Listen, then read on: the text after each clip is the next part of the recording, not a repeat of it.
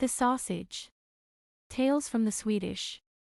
Narrated by Elena for 1,000,000 Heroes. There was once an old woman, who was all alone one evening in her cottage, occupied with her household affairs. While she was waiting for her husband, who was away at work over in the forest, and while she was bustling about, a fine, grand lady came in, and so the woman began to curtsy and curtsy, for she had never seen such a grand person before. "I should be so much obliged if you would lend me your brewing pan," said the lady, "for my daughter is going to be married, and I expect guests from all parts." "Oh, dear, yes. That she might have," said the woman, although she could not remember whether she had ever seen her before, and so she went to fetch the pan. The lady took it, and thanked the woman, saying that she would pay her well for the loan of it, and so she went her way. 2 days afterwards the lady came back with it, and this time she also found the woman alone. "Many thanks for the loan," said the lady. "And now in return you shall have 3 wishes." And with this the lady left, and vanished so quickly that the old woman had not even time to ask her name or where she lived. But that did not matter, she thought, for now she had 3 wishes, and she began to think what she should wish for. She expected her husband back soon, and she thought it would be best to wait until he came home and could have a say in the matter. But the least they could wish for must be a fine big farm, the best in the parish, and a box full of money, and just fancy how happy and comfortable they would be then, for they had worked so hard all their days. Ah, yes, then the neighbors would have something to wonder at, for you may guess how they would stare at all the fine things she would have. But since they were now so rich, it was really a shame that there should be nothing but some blue, sour milk and some hard crusts of bread in the cupboard for her husband when he came home tired and weary, he who was fond of hot food.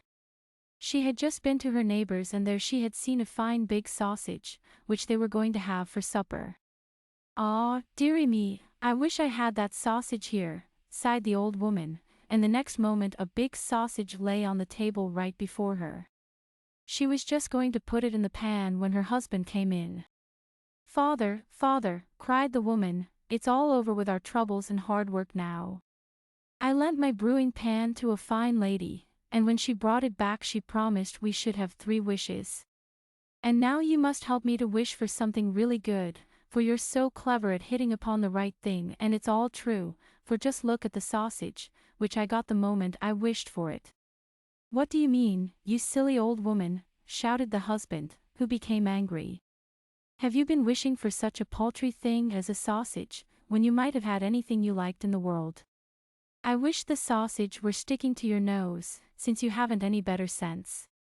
All at once the woman gave a cry, for sure enough there was the sausage sticking to her nose, and she began tearing and pulling away at it, but the more she pulled the firmer it seemed to stick.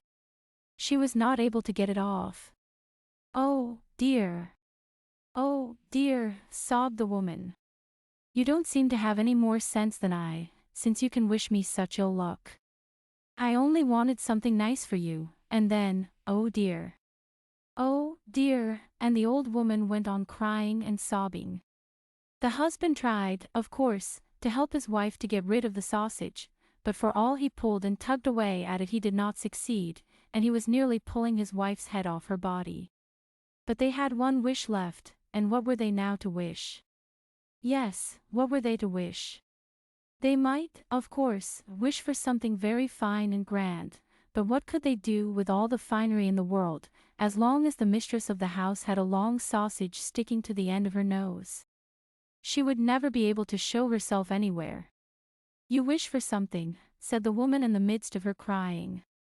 "No, you wish," said the husband, who also began crying when he saw the state his wife was in, and saw the terrible sausage hanging down her face. So he thought he would make the best use he could of the last wish, and said, "I wish my wife was rid of that sausage." And the next moment it was gone. They both became so glad that they jumped up and danced around the room in great glee, for you must know that although a sausage may be ever so nice when you have it in your mouth, it is quite a different thing to have one sticking to your nose all your life.